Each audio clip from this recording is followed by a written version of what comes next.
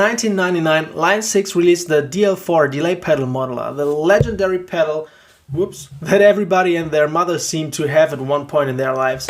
And I bet you have it laying around somewhere in your house. And 1 year later, the DM4 came around and the MM4 and whatnot. So there were 4 of these big pedals at the time. So the DL4, the MM4, the DM4 and the FM4, the purple one, the filter pedal. And later in 2005 the Verbzilla came along. It was not this big stomp box like the other ones, it was sort of like a boss pedal form. It was the smaller one. And people loved them. Everybody had at least 1 or 2 of those pedals at their board at one point. Including myself. This is my pedal board from around 2016-17-ish. It was way too big, but it was a lot of fun. It never left the rehearsal room for obvious reasons. Half of it was not even on the board. It was just laying on the floor. But those rehearsals, those were the days.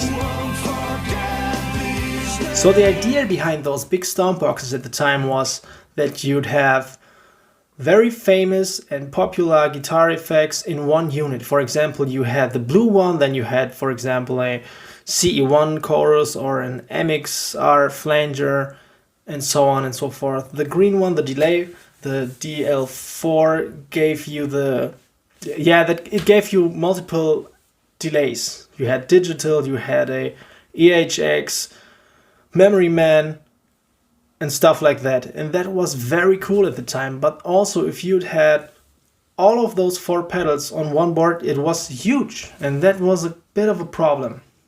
And then in 2008, Line 6 says, you know what? We put all of those pedals together in one unit, and voila! The M13 is born. Around 1 year later in 2009, Line 6 says, that was a great idea, but let's put it in a smaller case. So the M9 is born. And then there's even a smaller one, that's the M5. So this is a very, very usable and very, very versatile pedal. You've got over 85 stomp boxes inside of this in 5 different categories, such as delay, modulation, distortion, reverb, filter. Then you've also got compression, you've got EQs, you've got a 28-second looper. Yes, 28 second. So you can do pretty much everything. You can also plug in up to 2 expression pedals on this. But the downside on this is, as far as I know, you can only use the Line 6 expression pedal, which is unfortunately, because I think it's way too expensive and it looks way too cheap. I mean, look at this. Brother, So it works like this. Every single effect category has a different color. Now we are in delay. Delay has the green color, blue is modulation, the yellow is everything based on distortion and overdrive, also EQs and compression. Then you've got purple, those are the filters. And we have orange. Orange is the reverb setting. And there's green again. So this is basically the same as this. You've got a distortion, modulation, delay. Alright? Alright, since there are so many options to use this pedal and there are so many effects on it, I cannot show each and every effect. I could do it technically, but then you'd have to stare at a picture like this for 20 minutes and that would be just very boring. So I have a couple of sound samples that I'm actually using right now. Everything I'm recording is recorded with this Boss RC3 looper. Since I don't have a computer and no DAW and stuff like that, I'm recording everything with this and I'm miking up everything with this. I know.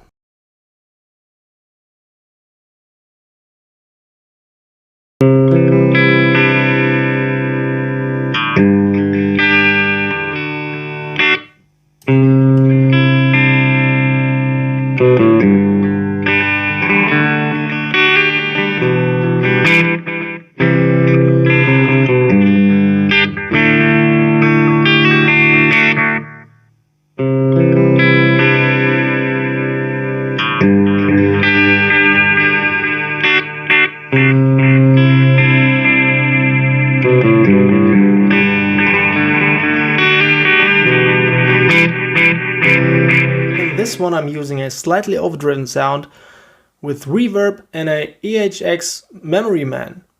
And it sounds like this.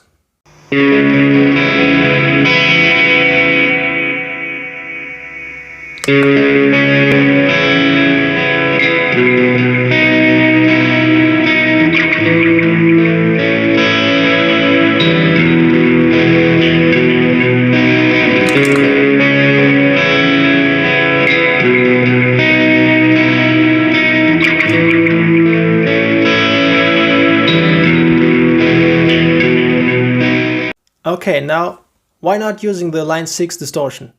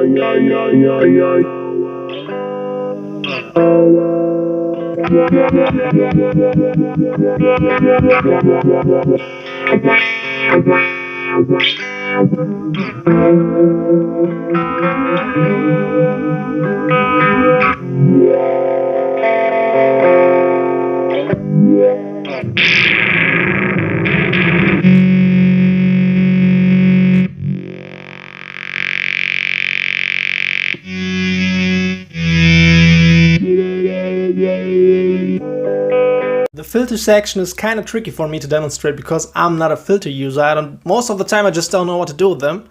However, there's one preset called Voice Box, I think. Let me check. Yeah, Voice Box. This was very fun. It kind of forces me to be creative. Here's what it sounds like.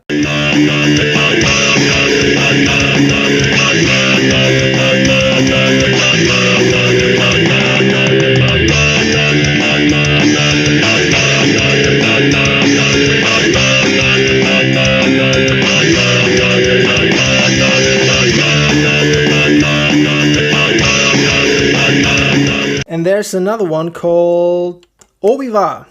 And I was like, I know that sound, I heard it somewhere. And then it hit me. It's Throw Your TV Away from Red Hot Chili Peppers.